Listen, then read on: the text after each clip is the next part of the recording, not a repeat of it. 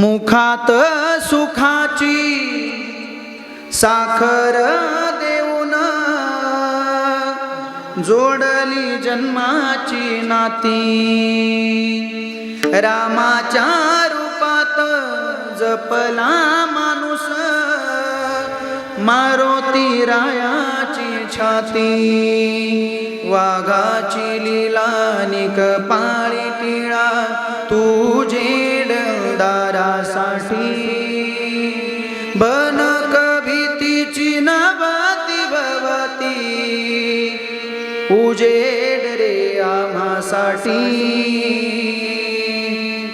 देवोनी किनारा मनाच्या होडीचा सारंग हरपला, माझा आनंद आनंद हरपला, माझा आनंद आनंद हरपला.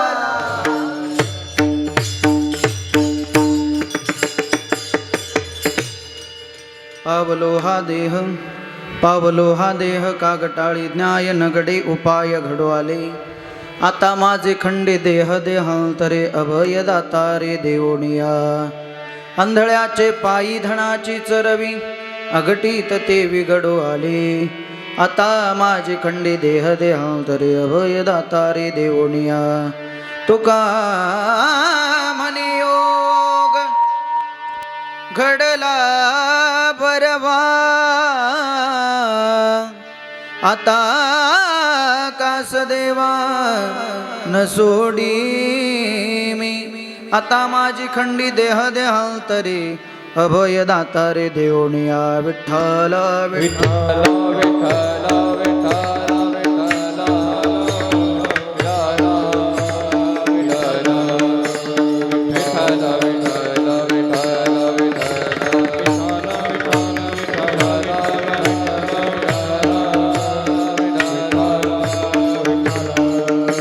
विठ्ठल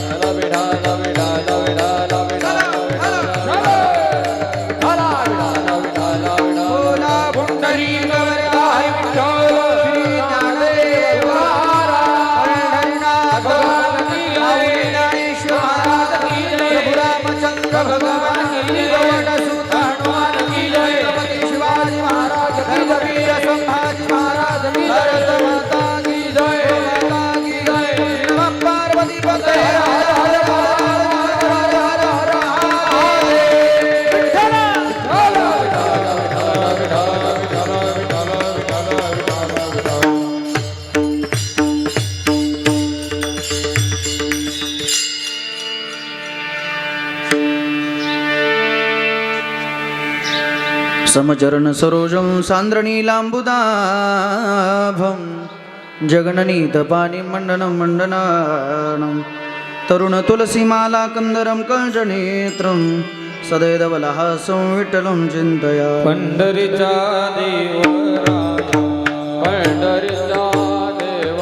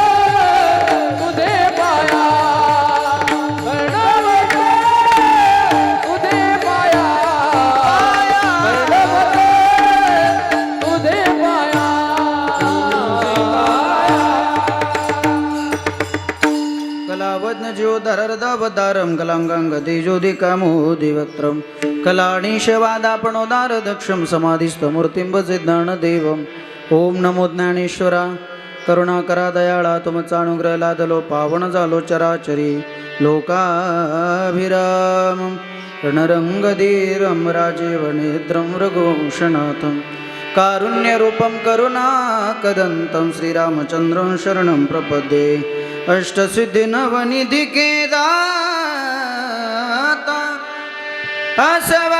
असवरदीन जानकी माता राम रसायन तुमरे पास सदार हो रघुपति के दासा राम लक्ष्मण जानकी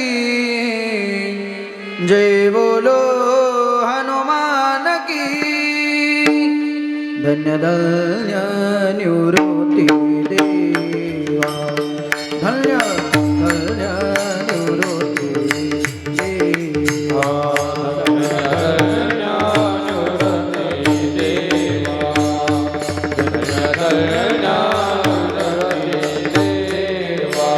काय महिमा वर्णावा काय महिमा वर्णावा अवतार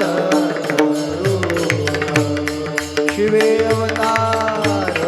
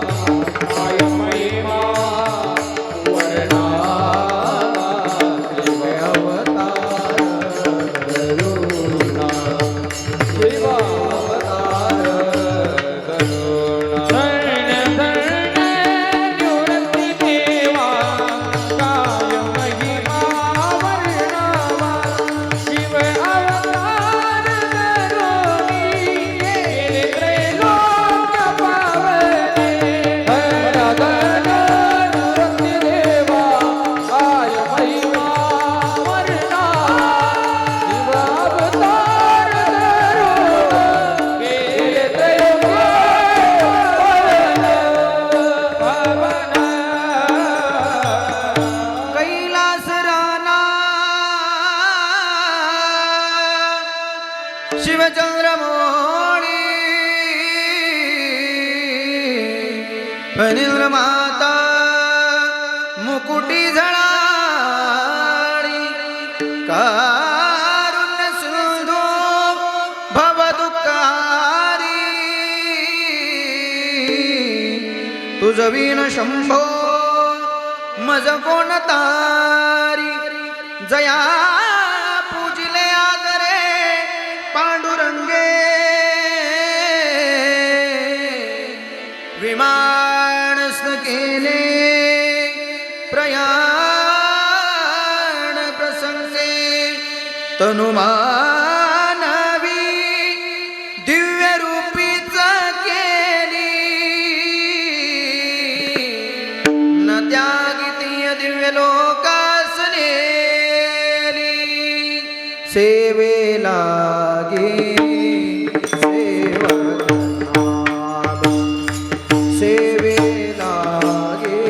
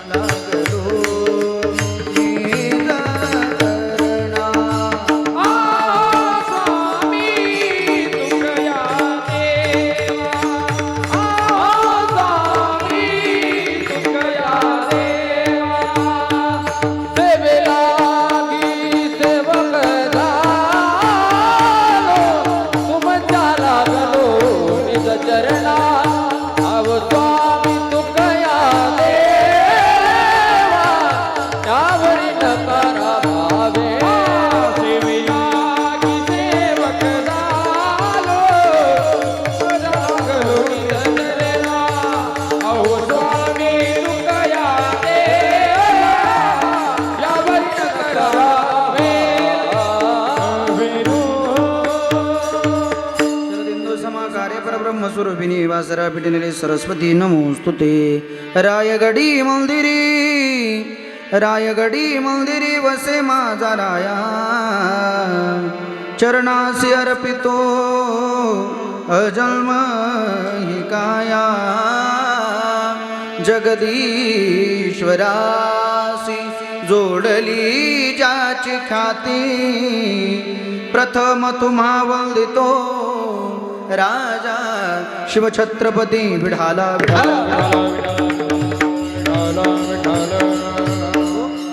पावलो हा देह कागडाळी ज्ञायन घडे उपाय घडो आले आता माझे कंडी देह देहांतरे अभय दातारे देवने हा प्रस्तुत प्राप्त स्थळी कीर्तन रूपी सेवे करता घेतलेला अभंग महान भगवत भक्त इंद्रायणीच्या काठावर उठलेले एक भक्तीचं वादळ मानवतेचा महानंदादीप या भागवत संप्रदायाच्या विशाल वटवृक्षाला लागलेले एक गोंडस फळ आणि प्रगल्भ बुद्धिवंतांच्या बुद्धीलाही नवलगलेलं कुडश असणारे श्रीमंत श्री भगवान श्री तुकोबराया यांचा 4 चरणाचा हा मानवी नरदेह नेमका आपल्याला भेटलाय तरी कसा याचं वर्णन करणाऱ्या भंगाच्या सेवे करता घेतलेला आहे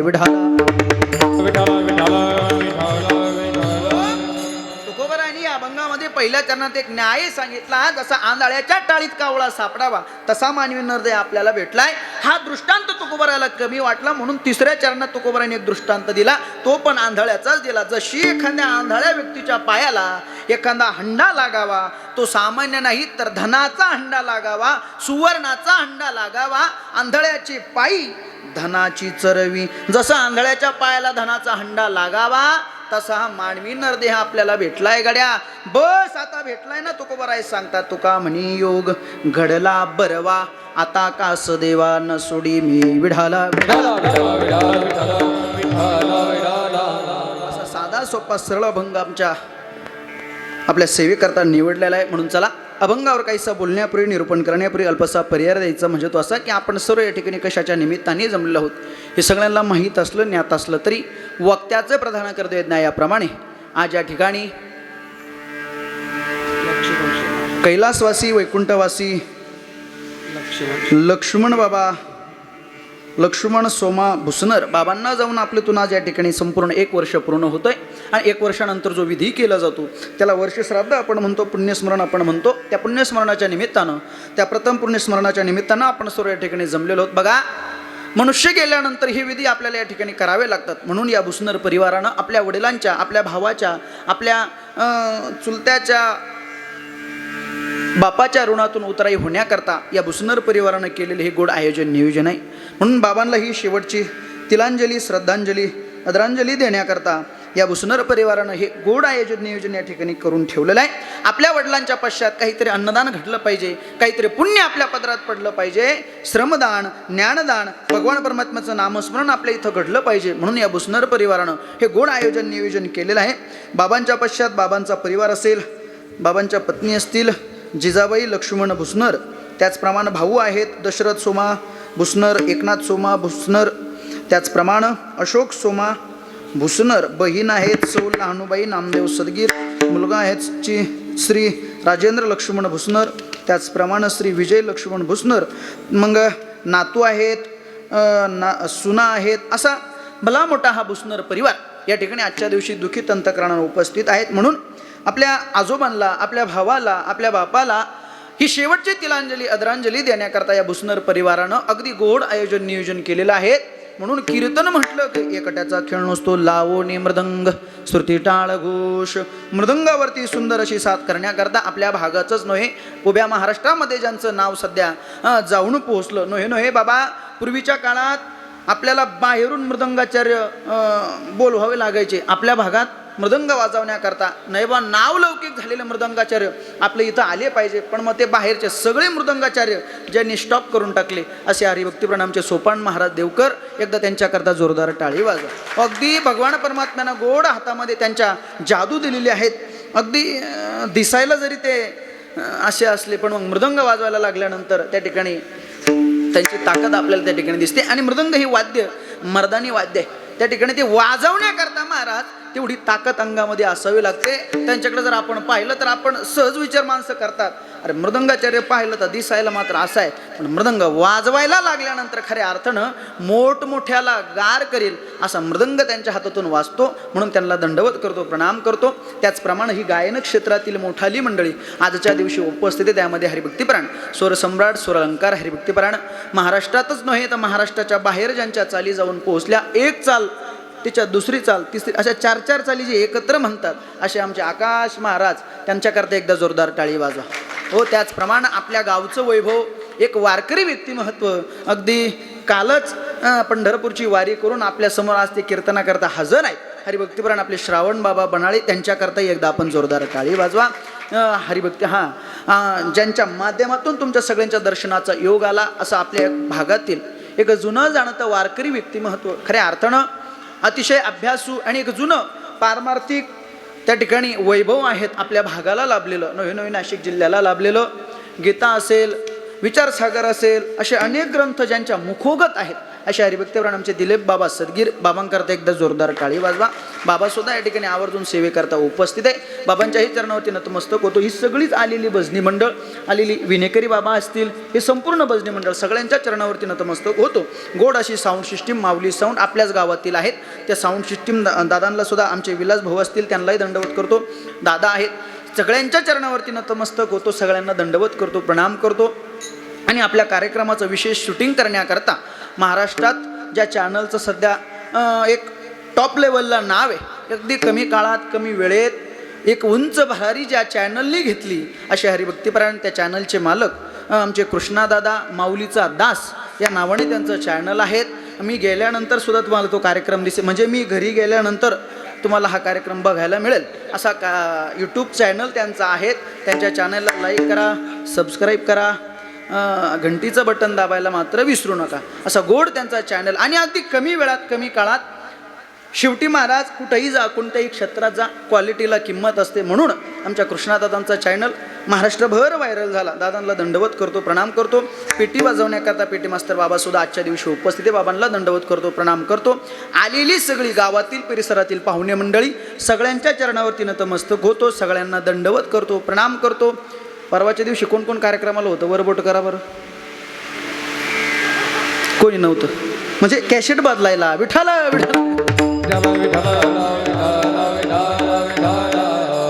तसं काही नाही. माझ्याकडे लक्ष द्या. आलेली सगळी पाहुणे मंडळी सगळ्यांना दंडवत करतो, प्रणाम करतो. वरुण राजाचं सुद्धा आगमन झालेलं आहे, त्यांना सुद्धा दंडवत प्रणाम. आणि याच ठिकाणी कीर्तन सेवेला सुरुवात करतो. मस्तक हे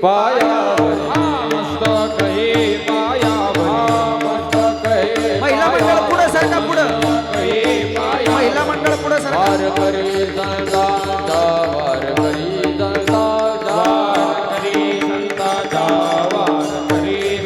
महिला मंडळ पुढं सरका, या पुढे या.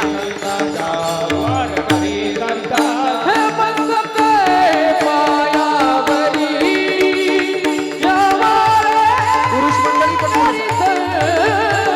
पुढं सरका, मागं पाऊस आला.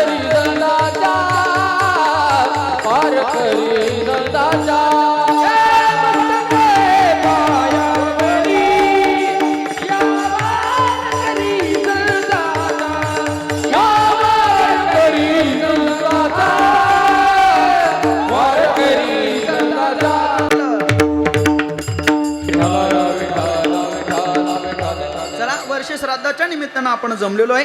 खऱ्या अर्थानं बघा, मनुष्य गेल्यानंतर बाबा प्रामुख्यानं जीवनामध्ये 3 विधी येतात. मग मनुष्य एकदा की गेला, मनुष्याला आपण स्मशानभूमीमध्ये वाटी लावलं की प्रामुख्यानं 3 विधी समोर येतात. पहिली येते दशक्रिया, दुसरं येतं 13वन, तिसरं येतं ते वर्षश्राद्ध. हे 3 विधी प्रामुख्यानं मनुष्य गेल्यानंतर मागं राहिलेल्या माणसांना ते पूर्ण या ठिकाणी करावे लागतात. म्हणून त्या वर्षश्राद्धाच्या निमित्तानं आपण जमलेलो आहे. का करायचं वर्षश्राद्ध, का करायचं 13वं, का 10वं करायचं, ऐका. याचे नियम काही शास्त्रानं सांगितलेले आहेत. गरुड पुराण नियम सांगतो, त्या नियमानुसार या सांसारिक जीवाला वाटचाल करावी लागते. आणि नाही जर केली तर त्याचे परिणाम देखील आपल्याला भोगावे लागतात. मनुष्य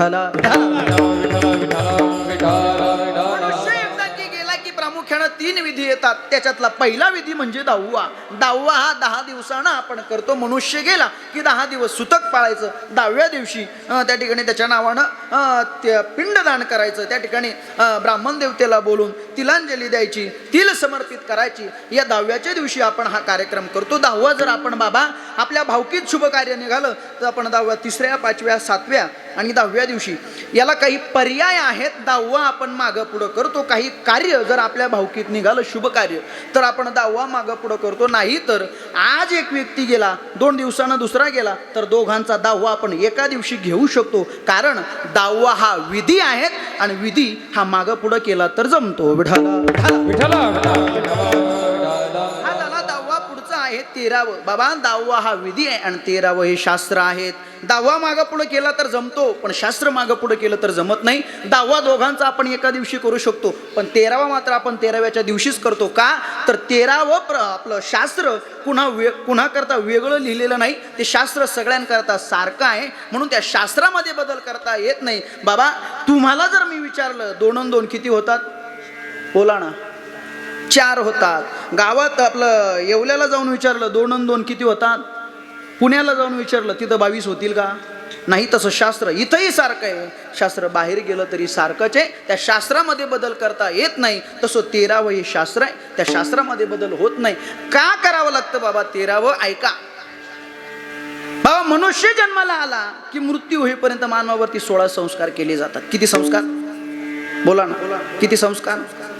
बोला ना. तुमचं झालंय सगळं, आवरलं ना, पेरणी वगैरे, कोळपणी, बोलत चला माझ्यासोबत. एकदा की 10वा झाला का पुढचा विधी होतो तो 13वा. 13वं का करावं लागतं? ऐका, मनुष्य जन्माला आला की मृत्यू होईपर्यंत मानवावरती किती संस्कार केले जातात? मी परवाच्या दिवशी पण हे सांगितलं होतं. 16 संस्कार केले जातात. किती संस्कार? 16 संस्कार. कोणते कोणते सांगू का? 1000ला एक चालेल का? माझ्याकडे लक्ष द्या. 13वं का करायचं असतं? 16 संस्कार मानवावरती केले जातात. बाबा आता इथं बसलेल्यांपैकी कुणीही वरबट करून सांगा, महाराज ते 16चे 16 संस्कार आमच्यावरती झाले, असं जर इथं कुणी असेल त्यांनी वरबट करून सांगा आणि 1 रुपया बक्षीस आमच्या दिलीप बाबाकडून घेऊन जा. आहे का इथं कोणी? नाही. उभे असलेल्यांपैकी नाही आणि बसलेल्यांपैकी सुद्धा शक्यतो ब्राह्मण देवतांकडे, ब्राह्मण समाजामध्ये ती 16 संस्कार केले जातात. आपल्याकडे सामान्य जीवावरती ते संस्कार होत नाही. पण बाबा प्रामुख्यानं 3 संस्कार होतात. पहिला होतो गर्भधारण संस्कार, दुसरा होतो नामकरण संस्कार आणि तिसरा होतो अंत्येष्टी संस्कार. हे 3 संस्कार प्रामुख्यानं होतात. मग 13व्याचा आणि या 16 संस्काराचा संबंध काय?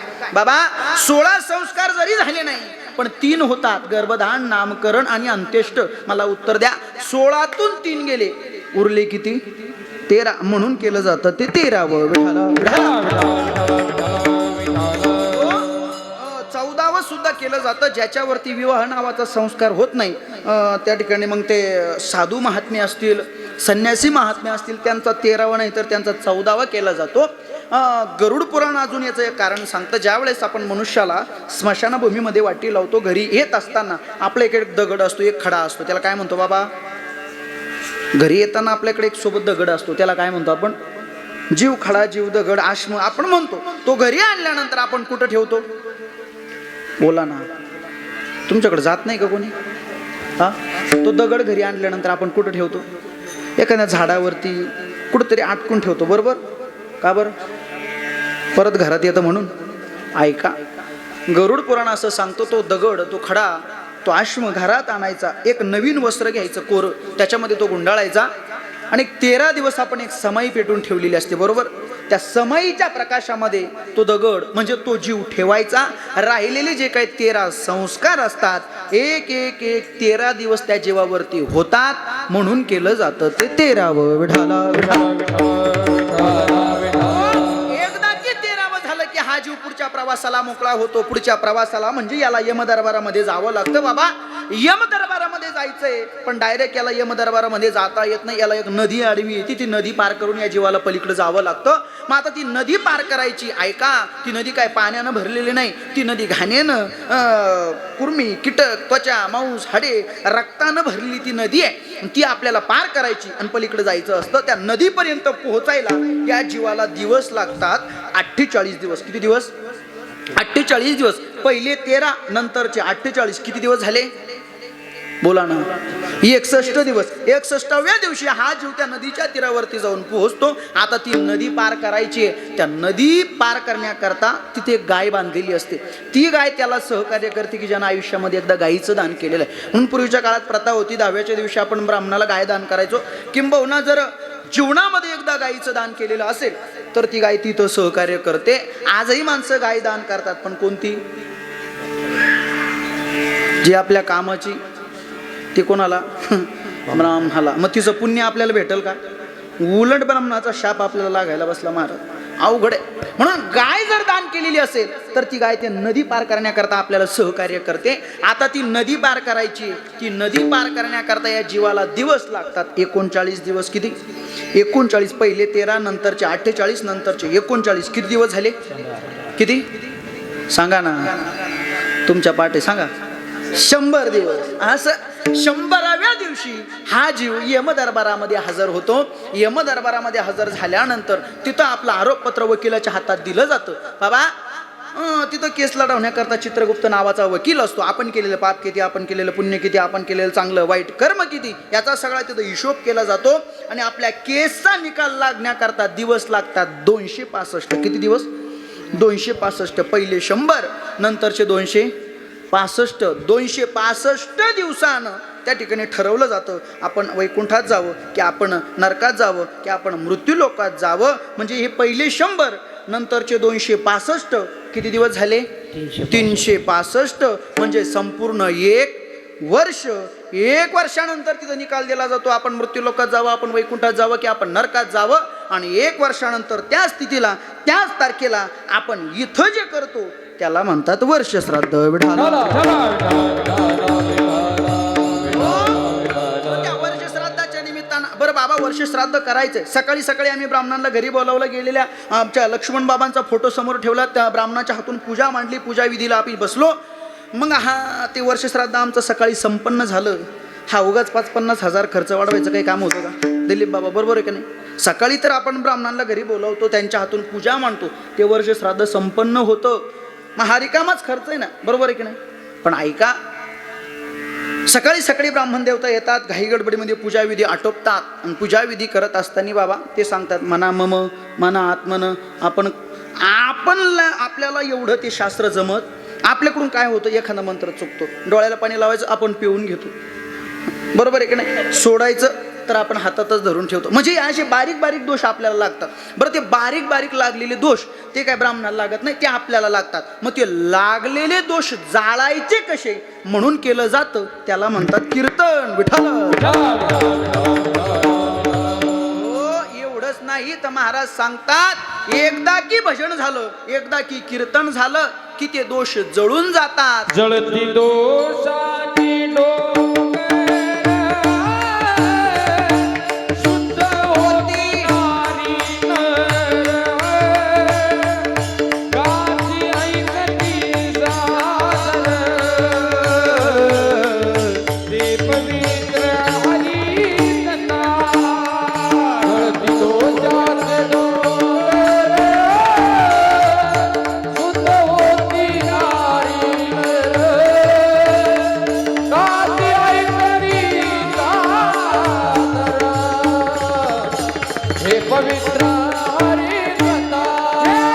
जळती दोषाचे डोंगर शुद्ध होती नारी नर. गाती ऐकती सादर हे पवित्र हरिकथा. जळती दोषाचे डोंगर शुद्ध होती नारी नर. गाती ऐकती सादर हे पवित्र हरिकथा.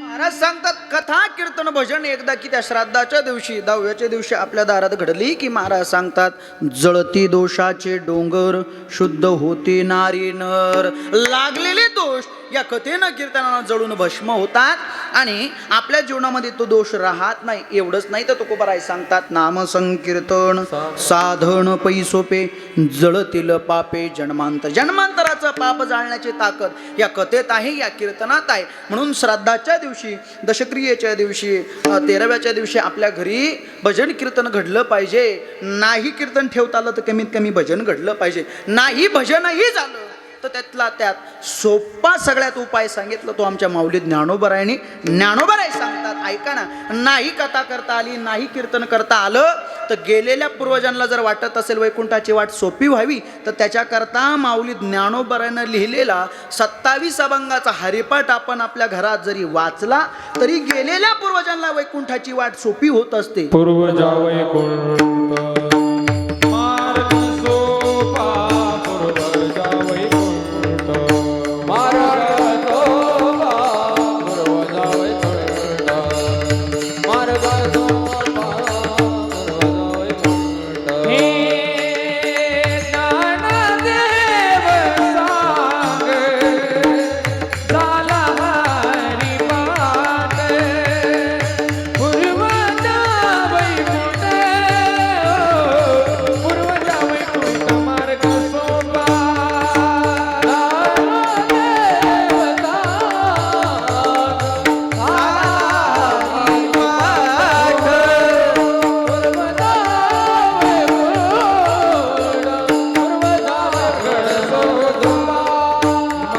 सोपा. माऊली ज्ञानोबराय सांगतात, ऐका ना, ज्ञानदेव सांग झाला री पाठ, पूर्वजा वैकुंठ मार्ग सोपा. गेलेल्या पूर्वजांना वैकुंठाची वाट सोपी होत असते. म्हणून तो हरिपाठ जरी आपल्या घरात वाचला तरी त्याचं फळ आपल्या पदरात पडणार आहे. म्हणून हे विधिशास्त्रानं सांगितलेले आहेत, हे आपल्याला या दिवशी करावेच लागतात. आणि नाही जर केले तर मग घरात भांडणं, कटकट, काही ना काही होतच राहतं. मग आपण ब्राह्मणाकडे जातो, ब्राह्मणाला विचारतो, आमच्या घरात असं असं घडतंय. ते सांगतात तुम्हाला दोष लागला. कोणता दोष? पितृदोष. आणि तो पितृदोष जर घालवायचा असेल, इथून गाडी धरा, त्र्यंबकेश्वरला जा, तिथं जाऊन काय करा? नारायण नागबली. नारायण नागबली 15-20 दिवस तिथं घालेपर्यंत जर आपण नियमानं सांगितलेले हे विधी जर इथं संपन्न केले तर ते दोष आपल्याला लागतच नाही. उलट तुका म्हणे पितृ आशीर्वाद देती. गेलेले पितर आपल्याला आशीर्वाद देतात, आपल्या परिवाराची उन्नती व्हावी, कल्याण व्हावं अशी सद्भावना व्यक्त करतात. म्हणून हे विधी शास्त्राने सांगितलेले आहे, ते आपण या मृत्यू लोकात आल्यानंतर केलेच पाहिजे. विढाला हे विधी का करायचे? कारण या मृत्यू लोकातला नियम आहे. काय नियम आहे बाबा? या मृत्यू लोकातला नियम आहे, इथं जन्माला आलं की मरावं लागतं. कारण नावच काय आहे? मृत्यूलोक. आणि मृत्यूलोकाची साधी सोपी सरळ व्याख्या आहेत. ज्या ठिकाणी मरणारे लोक राहतात त्याला आपण मृत्यूलोक असं म्हणतो. म्हणून या मृत्यूलोकात आल्यानंतर इथं मरावं लागतं. हे त्रिकालबाधित सत्य आहे. कारण माऊली ज्ञानोबा सांगतात, देहाच्या गावाल्या जन्म मृत्यूच्या सोहळ्या ना म्हणू नये धनंजयाजिया परी. या देहरूपी गावाला आल्यानंतर पहिला जन्माचा सोहळा होतो, दुसरा मृत्यूचा सोहळा होतो. मृत्यूला सुद्धा माऊली ज्ञानोबराय सोहळा म्हणतात. कारण संतांच्या भाषेत मृत्यू सुद्धा हा एक प्रकारचा सोहळाच आहे. ते जे गेले ते मृत्यू म्हणून नाही तर एक सोहळा म्हणून गेले, म्हणून ते सोहळा मरणाला म्हणतात. ऐका ना, या जन्मात, या मृत्यू लोकात, या मानवी नरद्याला आपण आलोय, ही आपली भाग्याची गोष्ट आहे. म्हणून आणि हे चक्र फिरतच राहणार आहे महाराज. कोणतं चक्र? जन्म घेणं मरणं, जन्म घेणं मरणं, उपजे ते नासे, नासिले ते पुनरुपी दिसे, हे घटिका यंत्र जैसे परिभ्रमे गा. हे चक्र फिरत राहणारे घटिका यंत्र म्हणजे घड्याळ. माऊली ज्ञानोबा सांगतात, हे घड्याळ जन्माचं मरणाचं घड्याळ फिरतच राहणारे.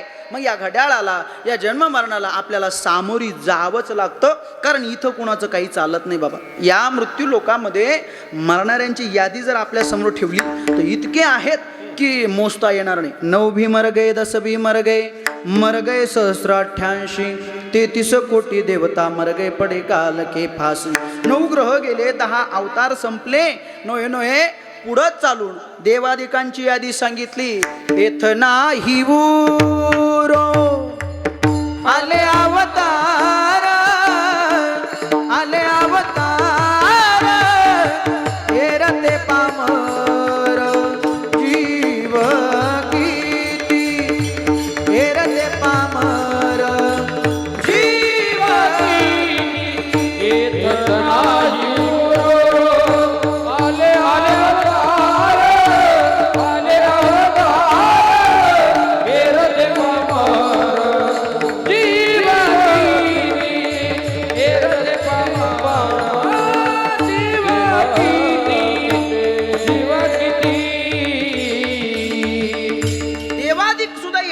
लोकात जन्माला आले, अवतार घेतला, या मृत्यू लोकात आले, जन्माला आले, कार्य केलं आणि वेळ झाली तेव्हा निघून गेले. अवतार घेणाऱ्याला या मृत्यू लोकात राहण्याचं प्राधान्य नाही बाबा. अवतार घेणारा जर जाऊ शकतो विनेकरी बाबा, मग अवतावरल्याला वेळ लागेल का? काही वेळ लागणार नाही बाबा. जाणारे प्रत्येक जण, नवग्रहांची यादी सांगितली, देवादिकांची यादी सांगितली, पुढं चलून आपल्या घरातली यादी सांगितली. आजा मेला पळजा मेला, बाप मसना गेला. आजा मेला पळजा मेला, बाप मसना गेला. देखत देखत ना तू पळतो, देखत देखत ना तू पळतो, तोही तैसा झाला. देखत देखत ना तू पळतो, तोही तैसा झाला. उठा उठा जागा, पाठी बय आले मोठे. उठा उठा जागा, पाठी बय आले मोठे. आजा मेला पळजा मेला, बाप मसना गेला. हो आजा मेला पळजा मेला, बाप मसना गेला. देखत देखत ना तू पळतो,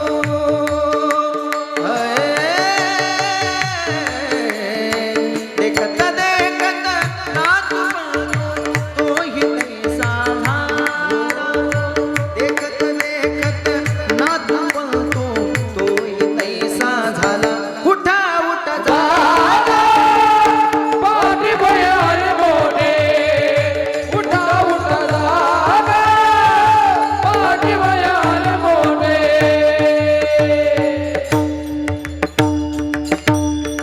आपल्या घरातली यादी सांगितली. आजा गेला, पंजा गेला, पुढं चालून देखत देखत नातू पंतू, तोही तैसा झाला. प्रत्येकाला या मृत्यू लोकातून जावं लागणार आहे. महाराज का जावं लागतं? कारण इथला नियम, या लोकाचं नावच आहे मृत्यू लोक म्हणून मरणं. इथं काय विशेष काही नाही. आत्तापर्यंत महाराज मोठमोठाली इथं जन्माला आले आणि निघून गेले, त्यांचं गणित सुद्धा अजून आपल्याला पाहायला शिल्लक राहिलं नाही. रावणासारख्याला जर इथं मारावं लागतं, आपली 10, 5, 25, 30 एकर आपला हिशोब पुढंच लागत नाही. रावणाला जर मारावं लागलं तर आपल्यासारख्याला कधी जावं लागेल. याची पूर्वीच्या काळात महाराज एक विद्वान डान्सर होता, जगप्रसिद्ध डान्सर होता. त्याची इच्छा होती 150 वर्ष जगायची. ऐका, कलियुगाचं आयुष्य आहे 100 वर्ष, पण देवाच्या विरोधात प्रवास करत होता.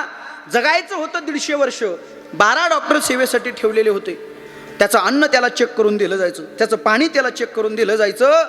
नव्हे डोळे गेले तर डोळे दान करणारं त्यानं विकत घेतलेलं होता. फुफ्फुस गेलं, फुफ्फुस देणारा होता. किडनी गेली, किडनी दान करणारा होता. अवयव जे शरीरातले खराब होतील ते देणारे माणसं त्यानं विकत घेतलेले होते. त्याचं पाणी चेक केलं जायचं, त्याचं अन्न चेक केलं जायचं. एवढं सगळं असताना वयाच्या 52व्या वर्षी तो गतप्राण झाला. ते 12 डॉक्टर जे होते ते दिवसभर त्याला चेक करत होते, नेमकं हा मेला कशानं. जर त्याचं पाणी चेक केलं जायचं, मायकल जॅक्सन, त्याचं पाणी चेक केलं जायचं, त्याचं अन्न चेक केलं जायचं. प्रत्येक दिवसातून त्याच्या शरीराचे चेकअप केले जायचे. महाराज अवघ्या 52व्या वर्षी त्याचा जीव जातो. मग हे डोळा दान करणारे, फुफ्फुस दान करणारे, यांचं करायचं काय? देवाच्या विरोधात ज्यानं प्रवास केला, या सृष्टीच्या विरोधात जो गेला ना, त्याचा अहंकार कधी गळून पडतो हे सांगता येत नाही. त्या मरणाला कोणी वाचू शकत नाही बाबा. कारण हे त्रिकालवाद देवाला जर देवाच्या बापाला चुकलं नाही तर आपण कोण आहे? काय झालं, पूर्वीच्या काळात एक विद्वान मूर्तिकार होता. इतका विद्वान होता बाबा दिलीप बाबा, आपण जर त्याच्या समोर उभे राहिलो तर सेम टू सेम आपल्यासारखी मूर्ती घडवणार. इतका विद्वान होता. विनेकरी बाबा जर उभे राहिले, विनेकरी बाबासारखा फेटा काढणार, विणा काढणार, जसलं तसे डोळे, हात, पाय, कान, नाक सगळं. त्या मूर्तिकाराला एक दिवस एका ज्योतिषाची भेट झाली. त्या ज्योतिषानं सांगितलं माझी मूर्ती घडव. ऐका, मरण चुकत नाही, माझी मूर्ती घडव. मूर्ती घडवायला सांगितल्यानंतर त्या ज्योतिषाची इतकी हुबेहूब सुंदर मूर्ती घडवली बाबा त्यानं. आणि तो ज्योतिषी त्याच्यावरती खुश झाला. माग म्हणे, तुला माझ्याकडे काय मागायचं ते. त्या मूर्तिकारानं सांगितलं, बाबा म्हणे मला काही नको, तुम्ही फक्त मला भविष्य सांगा. भविष्य सांगा म्हटल्यानंतर त्यानं त्याचं तोंड पाहिलं आणि त्याला सांगितलं म्हणे, तुझं भविष्य मी सांगू नये आणि तू ऐकू. माणसाला जी गोष्ट करू नको म्हटलं ती केल्याशिवाय राहत नाही. नेमकं होईल काय ते पाहू. नाही माझं भविष्य सांगा म्हणे. त्यानं भविष्य सांगायला सुरुवात केली. ऐक म्हणे आजपासून ठीक 12 दिवसानं 12 वाजता तुला यमराज घेण्याकरता येणार आहे, तू मरणार आहे. भयभीत झाला महाराज पण शांत नाही बसला. 12 दिवसानंतर मरणारे म्हटल्यानंतर कोणी शांत बसेल का? त्यानं स्वतःसारख्या 12 मूर्त्या तयार केल्या 12 दिवसात आणि बरोबर 12व्या दिवशी त्या मूर्त्यांच्या आतमध्ये जाऊन उभा राहिला. बघा मरण चुकत नाही. मूर्त्यांच्या आतमध्ये जाऊन उभा राहिल्यानंतर बरोबर 12 वाजता यमराजाची स्वारी आली. यमराज म्हणतात न्यायचं एकाला एकासारखे किती दिसत आहे? 12 दिसत आहे. पेटी मास्तर बाबा मा त्याच्यातला खरा कोणता ओळखायचा कसा? आपल्याला वाटतं देवाला काही कळत नाही. हे आपला भ्रम आहे बाबा. आपल्याला वाटतं आपण जे करतो ते देवाला काही कळत. देवळाच्या मागं जाऊन गांजा आणलं म्हणजे देवाला दिसणार. सुनाच्या आड जाऊन मिसरी लावली म्हणजे सुनाला कळणार. आपल्याला वाटतं बाबा देवाला काही कळत नाही. पण ऐका तो या जगाचा मालक आहे. ज्यानं आपल्याला निर्माण केलं, ज्यानं आपल्याला मन बुद्धी चित्त हे मेंदू हे डोकं हे नरदेह दिला, त्या जगाच्या मालकाला किती कळत असेल? आपल्याला एक डोकं आहे, त्या ब्रह्मदेवाला किती आहे? 4 आहे. मग त्याला किती डोकं असेल? म्हणून या भ्रमात नाही राहायचं की देवाला काही कळत.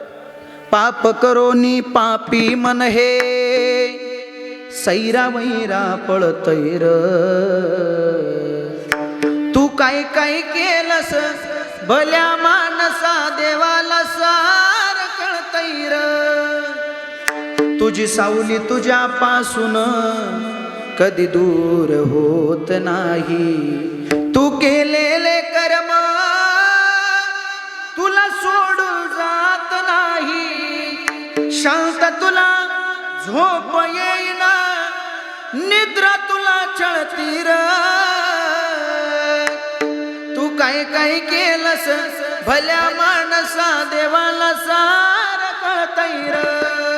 या भ्रमात नाही राहिलं पाहिजे की देवाला काही कळत नाही. तो आपला बाप आहे. चतुरा तो शिरोमणी गुण लावण्याची खाणी. चतुरा तो शिरोमणी गुण लावण्याची खाणी. मुकुट सकळ मणी धन्य तोची विठोबा. चतुरा तो शिरोमणी गुण लावण्याची खाणी. मुकुट सकळ मणी धन्य तोची विठोबा. चतुरा तो शिरोमणी गुण लावण्याची खाणी. चतुरा तो शिरोमणी गुण लावण्याची खाणी. मुकुट सकळ मणी धन्य तोची विठोबा. सकळ मणी धन्य तोची विठोबा. चतुरा तो शिरोमणी गुण लावण्याची खाणी. मुकुट सकळ मणी धन्य तोची विठोबा. कबील बाई करतो करतो काही घरामध्ये शिरतो या हुशार. यशोदे तुझा नंदना.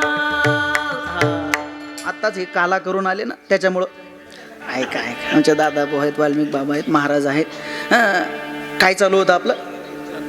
हा तुम्ही म्हणशील तूच सांग. देवाला काही कळत नाही.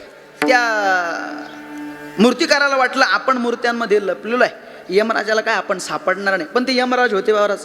कोणाचा दांडा कुठं मुडपा करायचा त्यांना चांगलं माहिती आहे. त्याने डोकं लावलं, 12 मूर्त्यांजवळ जाऊन उभे राहिले आणि पहिल्या मूर्तीजवळ गेले. वर्णन चालू केलं. काय गोड मूर्ती आहे, काय सुंदर मूर्ती घडवली, असं वर्णन करत करत करत यमराज 12व्या मूर्तीजवळ आले. 12व्या मूर्तीचं वर्णन यमराजानं केलं आणि यमराज म्हणतात या मूर्तिकारानं सगळ्या मूर्त्या छान घडवल्या, सगळ्या मूर्त्या सुंदर घडवल्या. फक्त या मूर्तिकारानं एक चूक केली. काय? यमराज म्हणतात यानं सगळ्या मूर्त्या छान घडवल्या, फक्त एक चूक केली. आता स्वतःची चूक स्वतःला सहन होईल का? ते पण आपल्या तोंडासमोर कोणी बोलल्यानंतर त्याला काय ते सहन झालं नाही बाबा. आतमध्ये लपलेला होता, बाहेर आला. बाहेर येऊन यमराजाला म्हणतो महाराज कोणती चूक झाली? यमराज म्हणे तू बाहेर आला ही चूक झाली, चला पिशी भरा. विठाल विठाल. मरण कुणाला चूक चुकत नाही, ते चुकवताही येत नाही. जिने तोची वरी माप भरी, जिने तोची वरी माप भरी, जिने तोची वरी माप भरी, जिने तोची वरी माप भरी, जिने तोची वरी माप भरी,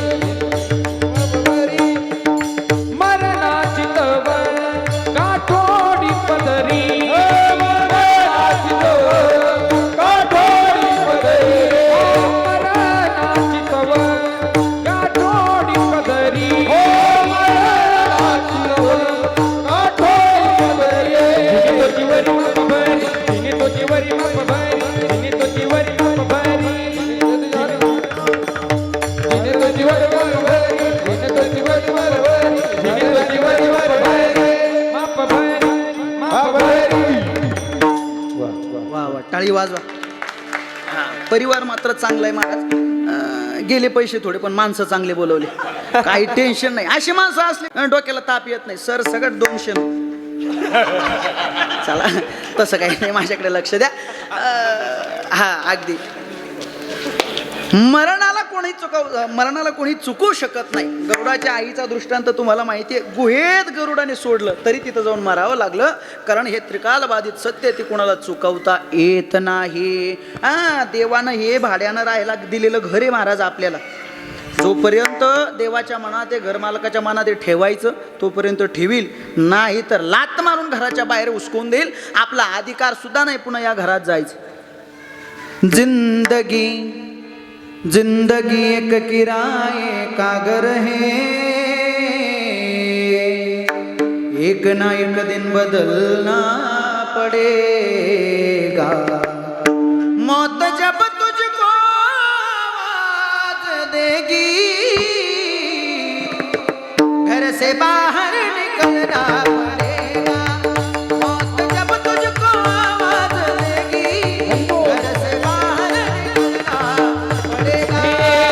जब तुझको आवाज देगी, घर से बाहर निकलना पड़ेगा. मौत जब तुझको आवाज देगी, घर से बाहर निकलना पड़ेगा. सांझ के बाद होगा सवेरा, देखना है अगर दिन सुनहरा. सांझ के बाद होगा सवेरा, देखना है अगर दिन सुनहरा. पाव फूलों पे बनने से पहले तुझको काटो चलना पड़ेगा. जिंदगी एक किराए का घर है, एक ना एक दिन बदलना पड़ेगा. जब तुझको आवाज देगी, घर से बाहर निकलना पड़ेगा. मौत जब तुझको आवाज देगी, घर से बाहर निकलना पड़ेगा. वारे सावध तोडा माया आशा, क्षणभंगूर नाही भरवसा. वारे सावध तोडा माया आशा, काही न कले मग गळा पडेल पुढे हुशार तोराय वळसा. का राम राम स्मरा आधी, राम राम स्मरा आधी, राम राम स्मरा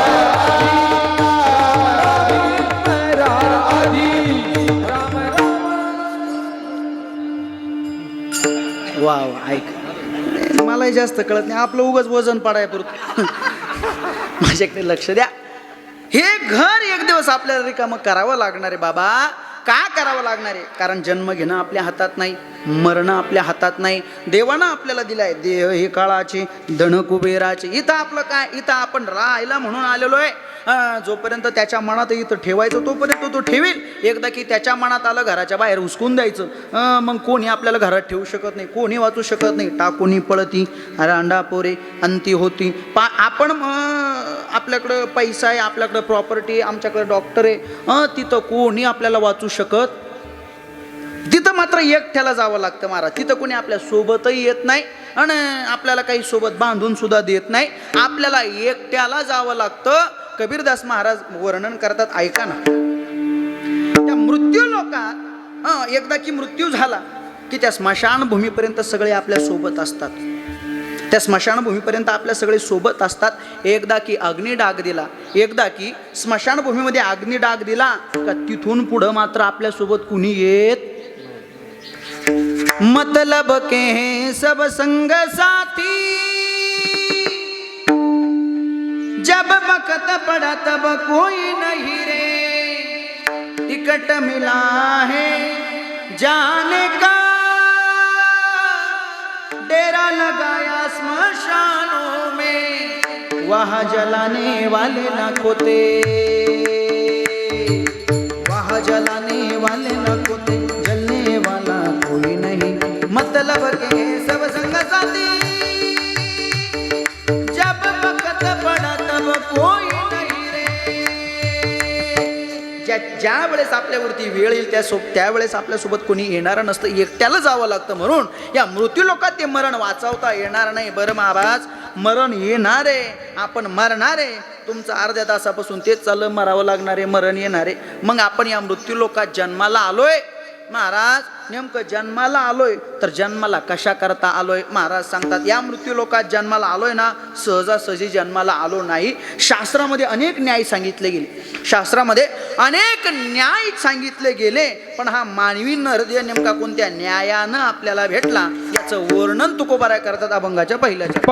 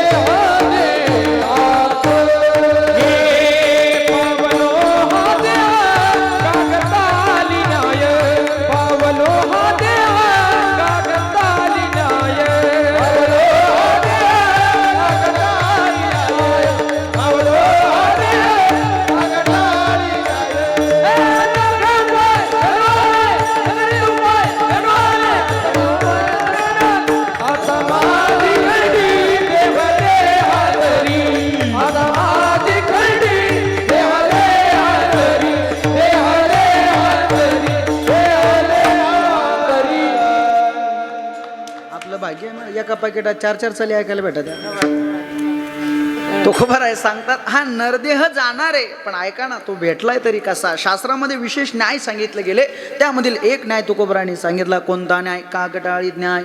जसं आंधळ्याच्या वैकुंठवासी नामदेव महाराज पठाडे याच्यावरती दृष्टांत सांगायचे बाबा. एका राजाच्या राणीला कुष्ठरोग झाला. रोग काही केल्या बरा होत ना, वैद्य कर, डॉक्टर कर, अनेक वैद्य त्रस्त झाले, पण रोग काही बरा होत नव्हता. एका वैद्यानं सांगितलं, राजेसाहेब तुमच्या राणीचा रोग बरा होईल, तुमच्या बायकोचा रोग बरा होईल, त्याच्याकरता मला एक जिवंत पक्षी लागेल, त्याचं नाव आहे कावळा. तो जिवंत कावळा जर तुम्ही मला आणून दिला तर तुमच्या राणीचा कुष्ठरोग बरा होईल. आता तिथं काय महाराज, राजा बोले, दल हले, पंजाबराव बोले, आता असंच आहे, ढग हले. राजानं सांगितलं जा म्हणे जिवंत कावळा पकडून आणा. 4 सैनिकांच्या तुकड्या 4 दिशेला पाठवल्या. कशा करता? कावळा शोधण्याकरता. एक तुकडी सैनिकांची कावळा शोधत शोधत चंद्रभागेच्या वाळवंटात गेली. रात्रीचा मुक्काम केला आणि सकाळी उठून आता कावळा शोधायचा आहे. तर त्या चंद्रभागेच्या वाळवंटात महाराज भिकारी बसलेले असतात. काहीला हात नाही, काहीला पाय नाही, काहीला डोळे नाही, कोणाला बोलता येत नाही, कोणाला चालता येत नाही, असे भिकारी तिथं बसलेले असतात. पण बसलेले जरी असतात पण बसल्या बसल्या तोंडानं म्हणतात, 1-2 पैसा द्या हो धर्माला, आशीर्वाद लागेल तुमच्या मुलाले कराला. 1-2 पैसा द्या हो धर्माला, आशीर्वाद लागेल तुमच्या मुलाले कराला. भिकारी असतात पण आवाज खूप देवानं गोड दिलेला असतो, असं भजन करत असतात. ते भिकारी तिथं बसलेले होते. काय झालं, एक आंधळा त्या चंद्रभागेत स्नान करण्याकरता गेला. तो काय करायचा, चंद्रभागेत डुबकी मारायचा, वर निघायचा, टाळी वाजवायचा, डुबकी मारायचा, वर निघायचा, टाळी वाजवायचा. टाळी वाजवता वाजवता वाजवता त्याच्या टाळीत काय सापडला? चावळा. चावळा काय? कावळा. कावळा सापडला. हे दृश्य पाहिलं सैनिकांनी. सैनिक उभे होते. सैनिक पळत पळत गेले. त्या आंधळ्याला म्हणे, हे आंधळ्या तुझ्या हातात काय माहिती का? तो म्हणे नाही, पण कुठला तरी पक्षी पकडलाय म्हणे. ऐका, पक्षी पकडला असं सांगितल्यानंतर त्या आंधळ्याला त्यांनी सांगितलं म्हणे तुझ्या हातात कावळा आहे. तो कावळा जर तू आम्हाला दिला तर त्या कावळ्याचे महाराज मी तुम्हाला 5,000 रुपये देऊ म्हणे. 5,000 रुपये ऐकल्यानंतर त्या आंधळ्याच्या डोक्यात टूप पेटली. कावळ्याचे 5,000. त्यानंतर वरती धरलेला कावळा घेतला आणि बगलात दाबला आणि अशी 5 बोटं केली. या 5,000चं करायचं काय? अजून आले होते का? अजून आले होते. आपलं असंच आहे महाराज. आपल्याला कांद्याचे 5 लाख झाले का आपण 10 लाख झाले की JCBच घेऊन येतो. 5 लाख आपल्या म्हणा ना भोवखंडी. तसं त्या आंधळ्यानं विचार केला या 5,000चं करायचं काय? त्यानं विचार केला म्हणे 2,000चे पोराला कपडे घेऊ, 2,000 लेकी जावायला देऊ. कोणाला? लेकी जावायला. आणि 1,000 रुपयाची बायकोला. काय काय 1,000 रुपयाची बायकोला? हा तेच. मग आपण कोणते संन्यासी महात्मे? 1,000 रुपयाची बायकोला साडी घेऊ. मग तो म्हणे हे 5,000 तर बाहेरच गेले, आपल्याला काही उरले नाही. त्यानं विचार केला म्हणे एका कावळ्याचे यांनी 5,000 दिले, अजून एक जर यांना पकडून दिला बाबा तर किती देतील? अजून 5 देतील. मग ते पुरे 5 आपल्या एकट्याला. त्यानं दुसरा कावळा पकडण्याकरता टाळी वाजवायला हात वरती केला आणि बगलात दाबलेला उडून. आता किती टाळ्या वाजवल्या म्हणजे याला कावळा सापडेल का? सापडणार नाही. तसा मानवी नरदेह आता भेटलाय, आता जर निघून गेला पुन्हा कधी भेटेल याची गॅरंटी नाही. विठाला विठाला सहजासहजी भेटत नाही बाबा हा नरदेह. एक एक योनी कोटी कोटी फेरा मग लागे वारा मानवाचा. एका एका योनीमध्ये कोटी कोटी वेळा फिरावं लागतं आणि तेव्हा हा नरदेह भेटतो. मग आता भेटलाय ना, वाया घालवू नका. आमचे कबीरदास महाराज सांगतात, ऐका ना, मनुष्य जीवन अनमोल रे, इस मिट्टी में मत घोल रे, अब जो मिला है फिर न मिलेगा कभी नहीं कभी नहीं कभी नहीं, अब जो मिला है फिर न मिलेगा कभी नहीं कभी नहीं कभी नहीं. मनुष्य जीवन अनमोल रे, इस मिट्टी में मत घोल रे, अब जो मिला है फिर न मिलेगा कभी नहीं कभी नहीं कभी नहीं, अब जो मिला है फिर न मिलेगा कभी नहीं कभी नहीं. हरिदास महाराज सांगतात पुन्हा भेटेल की नाही याची गॅरंटी नाही, म्हणून आता भेटलाय ना, आता देहाचं सार्थक करून घ्या विढाला. देहाचं सार्थक करायचंय, पण ते देहाचं सार्थक कशानं होणारे ऐका ना. देहाचं सार्थक होणारे ते म्हणजे देवाच्या भजनानं. इथं मृत्यू लोकात जन्माला आलो की देवाना काही विशेष कामं नाही, तुमचं काम करा. पण संत सांगतात तुमच्या कामात आमचं एक काम करा, कामामध्ये काम काही म्हणा राम राम. त्या देवाचं भजन आपल्याकडून घडलं पाहिजे बाबा. आणि जर नाही देवाचं भजन घडलं तर नाही तरी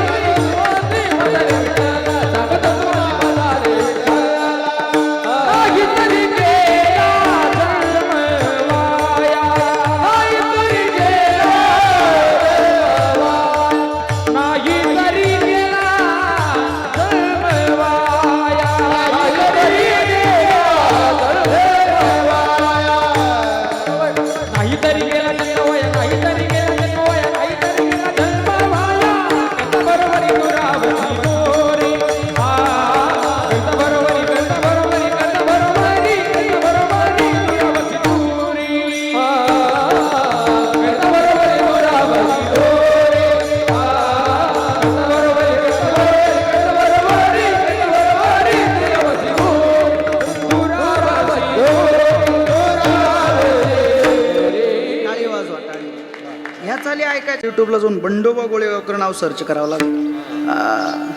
ते पण त्यांचं एक होतं, त्यांना म्हणता येत नव्हतं. यांचं तसं नाही बरं, यांचं अजून चांगलं आहे. हे फक्त गुळच खातात, गुळाची नाही. विठ्ठल समजणे वाले को इशारा कॉपी. माझ्याकडे लक्ष द्या. महाराज सांगतात नाही तरी या मृत्यू लोकात येऊन देवाचं भजन केलं तर नाही तरी गेला जन्म वाया. महाराज देवाचं भजन करायचं, पण कोणत्या देवाचं भजन करायचं त्या देवाचा पत्ता सांगत असताना महाराज वर्णन करतात. आत्ता आपण ज्या देवाला भेटून घरी आलो, काल आलं, कुणी परवा आलं, कुणी 2 दिवसापूर्वी आलं, ज्या देवाला भेटून घरी आलो त्या देवाचं भजन आपल्याला करायला सांगतात. कारण या विश्वामध्ये या संसाररूपी सागरातून तारणारा कोण आहे तर तो एक जगाचा मालक आहे. महाराज कुठेही तो देव, त्या देवाचा पत्ता सांगतात. जम्मू या द्वीपा माझी एक पंढरपूर गाव,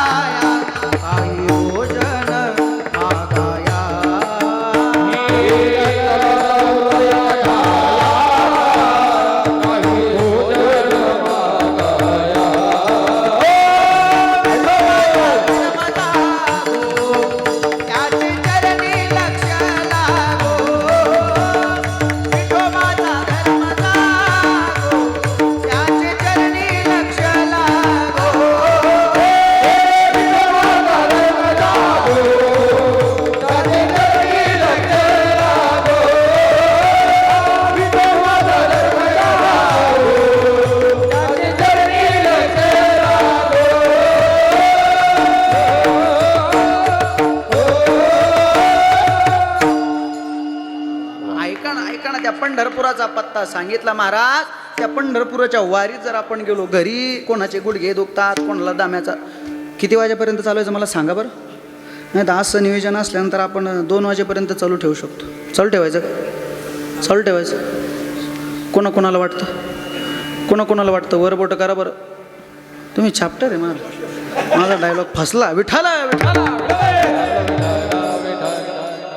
किती वाजता बंद करायचं मला सांगा. म्हणजे मग त्या पंढरपुराचं असं विशेष आहे महाराज, त्या वारीचं असं विशेष आहे. म्हातारे जरी असले, तरणे जरी असलं, तर त्या वारीत गेल्यानंतर कुणाला काही दुःखच आठवत नाही. घरी असल्यानंतर म्हाताऱ्याच्या तोंडून फक्त आई आई बै बै बै एवढंच ऐकू येतं आपल्याला. पण वारीत काय एकदा माणूस गेला का तिथला आनंद काही आगळा वेगळा असतो.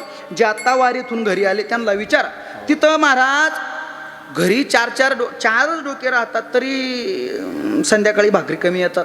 पण पंढरपुरालाच्या दिशेनं लाखोनं समाज आहे, पण कधी कोणी उपाशी झोपत नाही. माऊली ज्ञानोबारांनी ज्या लीला केल्या महाराज, त्यावेळेस आपण नव्हतो. रेडा बोलवला त्यावेळेस आपण नव्हतो. भिंत चालवली त्यावेळेस आपण नव्हतो.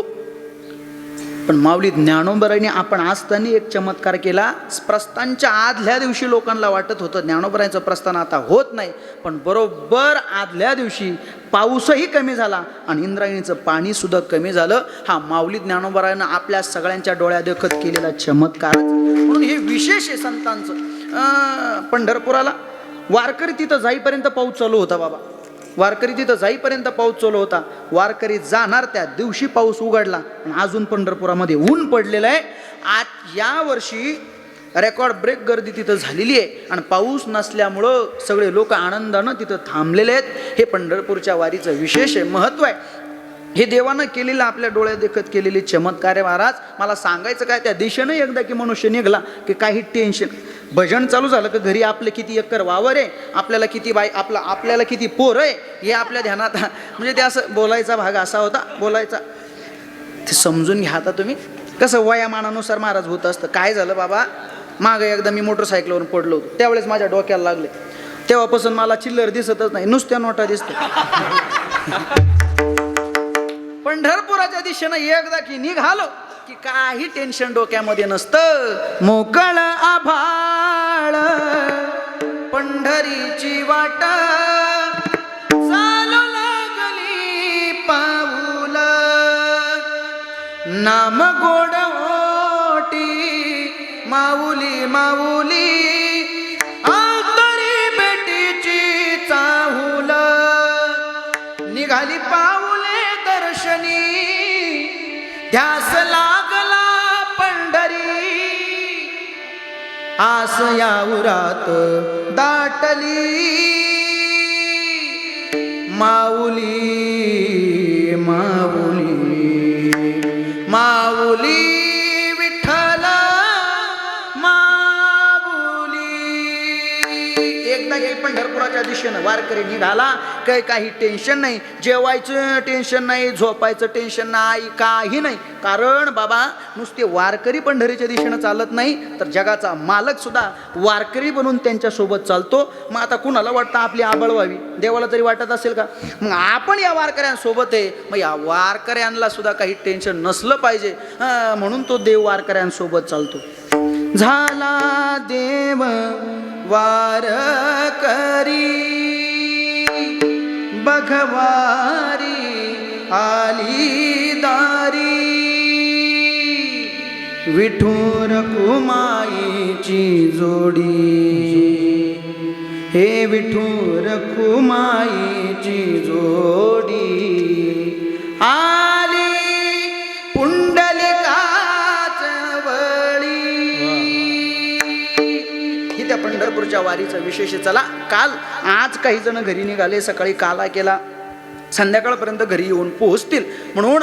आणि कालसुद्धा महाराज जेवढे समाज पंढरपूरला होता तेवढाच समाज कोटमगावला सुद्धा होता. कोटमगावला सुद्धा उभं राहायला जागा नव्हती, इतकी लोक तिथं गेलेले होते.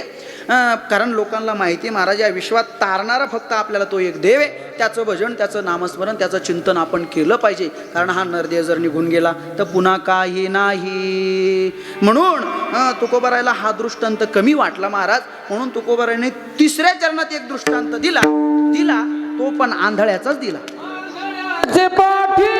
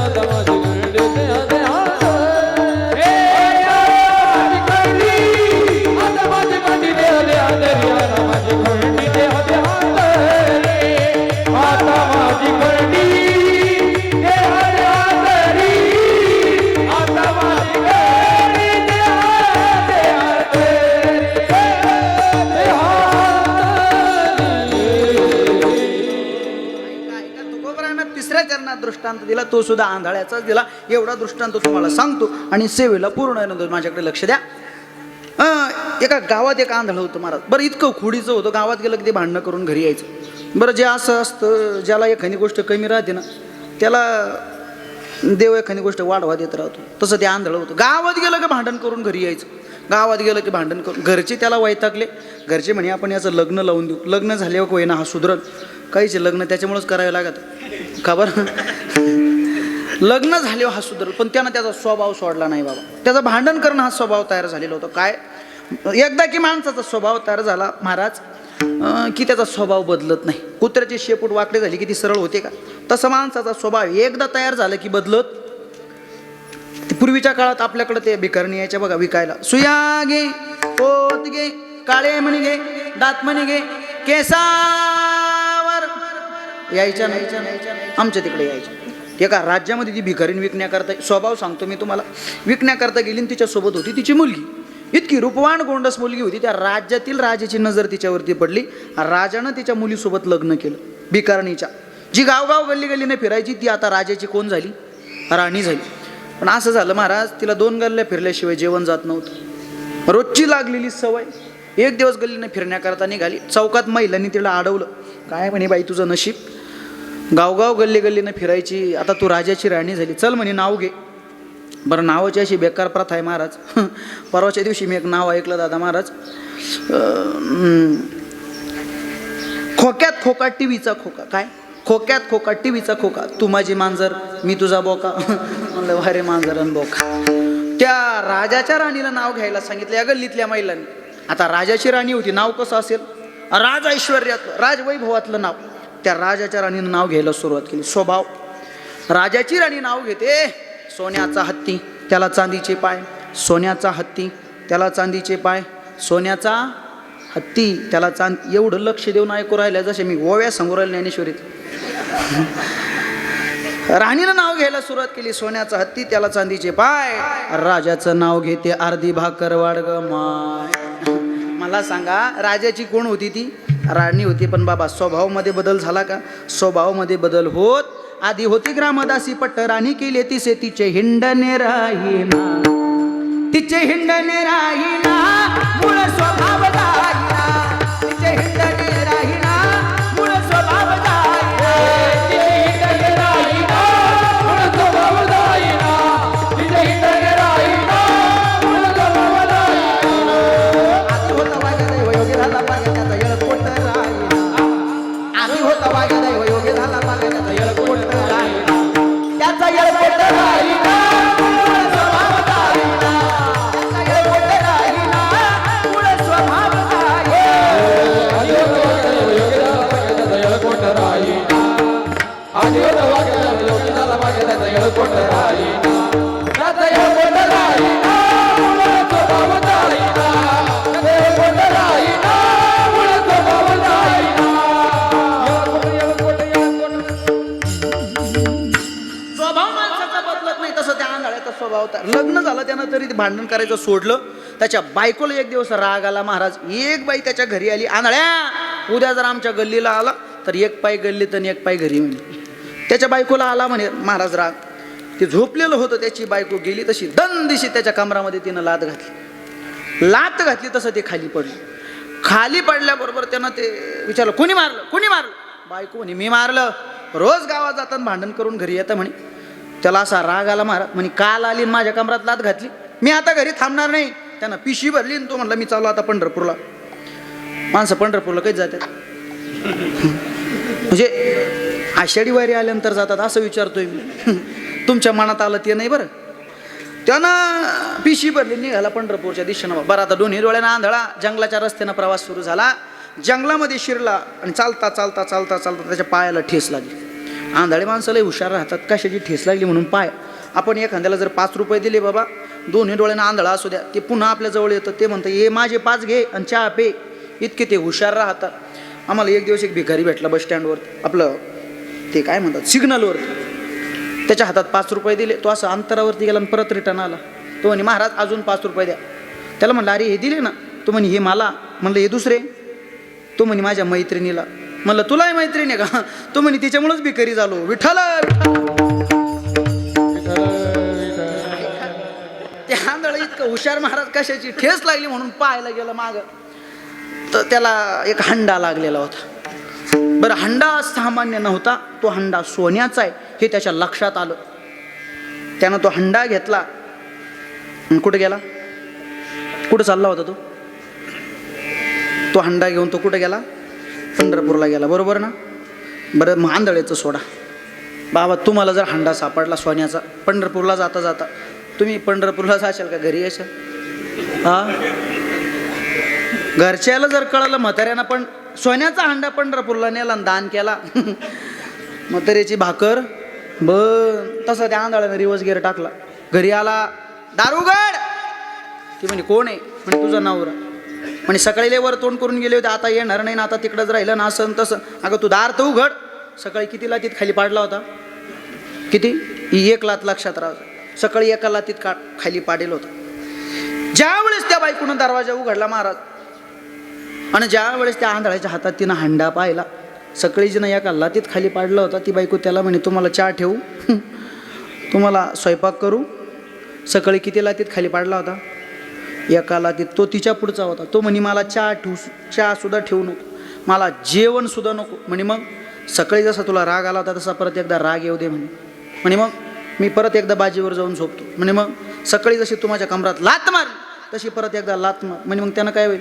मी खाली पडल, खाली पडल्यानंतर मला सुद्धा काय येईल? राग येईल. मी पिशी घेऊन कुठं जाईल? पंढरपूरला जाईल. आणि पंढरपूरला जाता जाता मला काय सापडल? आता याच्या बापाला तरी सापडेल का बाबा?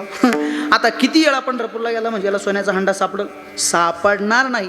तसा मानवी नरदेह आता भेटलाय, परत भेटेल की नाही याची गॅरंटी नाही. म्हणून या मृत्यू लोकात आलोय, या मानवी नरदेहाला आपण आलोय. एक काम करा, देवाचं भजन. विठोबा रखुमाई जय विठोबा रखुमाई, विठोबा रखुमाई जय विठोबा हरी जय विठोबा रखुमाई जय जय विठोबा रखुमाई रखुमाई विठोबा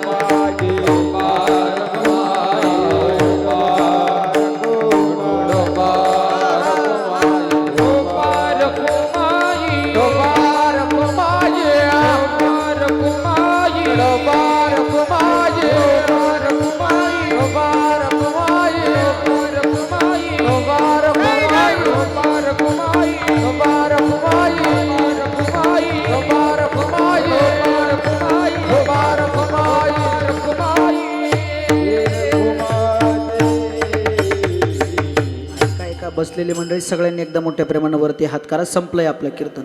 या टाळीचं पुण्य आपल्याला लक्ष्मण बाबांच्या चरणी अर्पण करायचे. करा, वरती हात करा. टाळ वाजणार नाही, पकवाज वाजणार नाही, फक्त आपली टाळी वाजल, ती पण एका ताला टाळी. एक टाळी वाजली पाहिजे. एक करा, सगळ्यांनी वरती हात करा.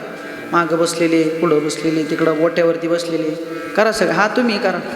संपलंय आपलं. ऊन आलंय आता बाहेर. करा, वर हात करा. सगळ्यांनी एका स्वरात, एका तालात टाळी वाजवायची. एक टाळी. एक एक एक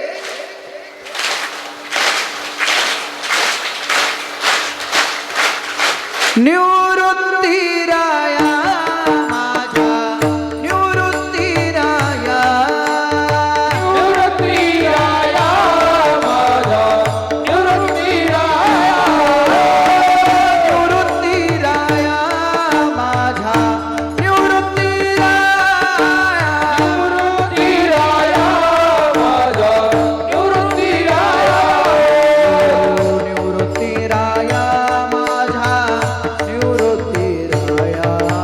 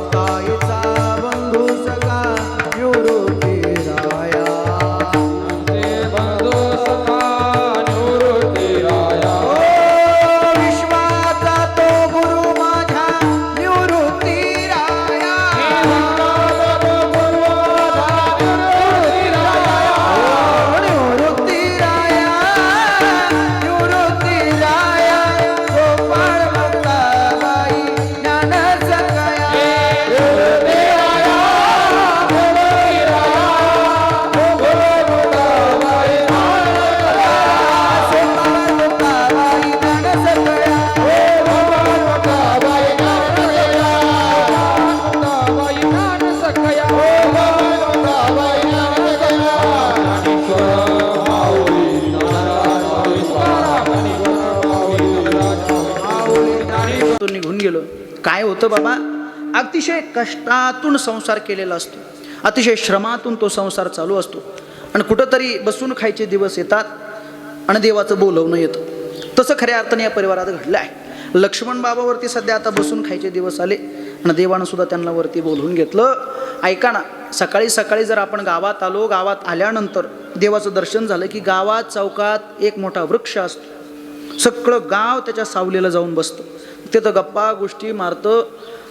आणि अचानक जर तो वृक्ष वाळला बाबा, वृक्ष जर नाहीसा झाला तर त्या गावाला त्या वृक्षाची जशी आठवण होते, जसे उन्हाचे चटके सहन करावे लागतात, तसं बाप नावाचं पात्र परिवारातून गेलं की उन्हाचे चटके परिवाराला सहन करावे लागतात. माझ्याकडे लक्ष द्या, एक कवी खूप गोड वर्णन करतो. झाड सावलीच गेलं, आता खेळ झालं रिकाम आभाळ, झालं रिकाम आभाळ, आता चटके उरासी. बाप गेला दूर देशी, बाप गेला दूर देशी, बाप गेला दूर देशी, बाप गेला दूर देशी. ते बाप नावाचं पात्र परिवारामध्ये असं असतं बाबा, जीवनभर कष्ट करता, अहोरात्र परमार्थ असेल, कष्ट असेल, शेतीत असेल, बाहेर असेल, सगळे कष्ट करून सगळा संसार उभा करतो ना. स्वतःच्या सुखासाठी तो कधी जगत नाही, जगतो तो फक्त लेकरांच्या सुखाकरता. आमचे तुकोबाराय सांगतात, बाप करी जोडी लेकुराचे ओढी, सगळं मिळवतो तो फक्त आणि फक्त आपल्या पाठीमागच्या पिढी करता. म्हणून तो पाठीमागच्या पिढीची काळजी करता करता स्वतःचं आयुष्य पणाला लावतो, स्वतःचं आयुष्य झिजवतो. ऐका ना, स्वतः फाटक्या कपड्याने राहत असेल, फाटक्या बनेलीवर राहत असेल, तुटक्या चपलीवर राहत असेल, पण लेकरा बाळांना कधी तो फाटलेल्या कपड्यावरती, फाटलेल्या तुटलेल्या चपलेवरती कधी बाहेर जाऊ देत नाही. हे अंतकरण जर कोणाचं असेल तर त्याचं नाव आहे बाप. म्हणून तो बाप या परिवारातून 1 वर्षापूर्वी निघून गेला. एकदा की घरातून बाप नावाचं पात्र गेलं की घरातला आनंद नाहीसा होत असतो. त्यांच्याकरता मी एकच म्हणेल, बाबा, मुखात सुखाची साखर देऊन जोडली जन्माची नाती, रामाच्या रूपात जपला माणूस मारुती रायाची छाती, वाघाची लीला निक पाळी टिळा तुझे दारासाठी, बन भीतीची नवती भवती उजेड रे आम्हासाठी, देवोनी किनारा मनाच्या होडीचा सारंग हरपला, माझा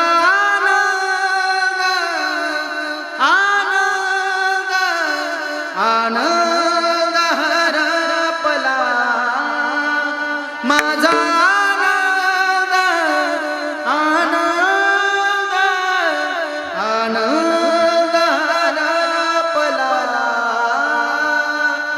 परिवारातून 1 वर्षापूर्वी तो आनंदच निघून गेला गड्या. म्हणून ऐका ना, आपल्या बापाच्या पश्चात काहीतरी अन्नदान, पिंडदान, त्या ठिकाणी श्रमदान व्हावं, म्हणून या भुसनर परिवारानं हे अगदी गोड आयोजन नियोजन केलेलं आहे. म्हणून एकदा सगळ्यांकरता मोठ्या प्रेमानं टाळी वाजवा. आमच्या बाबांच्या माध्यमातून या ठिकाणी तुमच्या सगळ्यांच्या दर्शनाचा योग आला. त्याचप्रमाणे संपूर्ण आमचे आकाश महाराज आहे, श्रावण बाबा आहेत, आमचे वाल्मिक बाबा आहेत, दिलीप बाबा आहेत, सगळी मंडळी, आमचे दादाभाऊ महाराज आहेत, आमचे सोपान देवा आहेत, विनेकरी बाबा, ही सगळी त्यांच्या चरणावरती नतमस्तक होतो. पेटी मास्तर बाबा, तुम्हालाही दंडवत. अगदी सापासारखे बोटं त्यांचे पळतात बाबा.